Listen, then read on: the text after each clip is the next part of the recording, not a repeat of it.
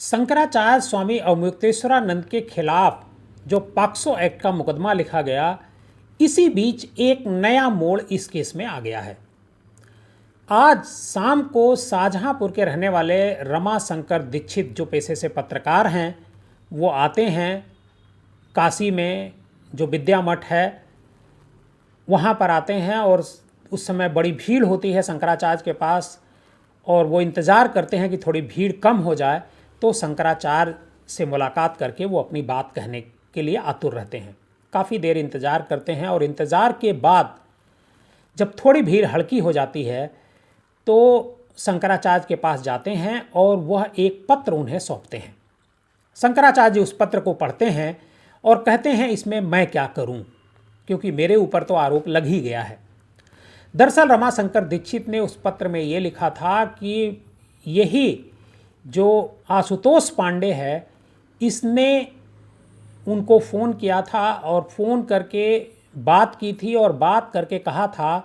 कि आप शंकराचार्य पर आरोप लगाइए कि बद्रीनाथ में उनकी दो बच्चियों के साथ दुष्कर्म की कोशिश की गई शंकराचार्य की तरफ से, और अगर आप ऐसा करते हैं तो आपको हम पैसा देंगे। मतलब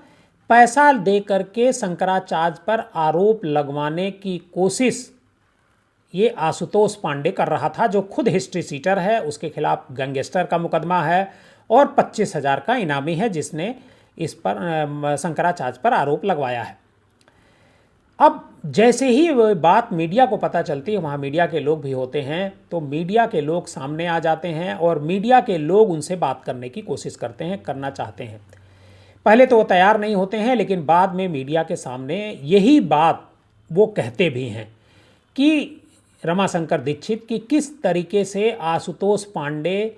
उनके पास आया था और शंकराचार्य को फंसाने की बात कर रहा था। रमाशंकर दीक्षित का कहना था कि वो उनके परिवार में भी दंडी सन्यासी हैं और किसी दंडी सन्यासी पर इस तरह का फर्जी आरोप लगाना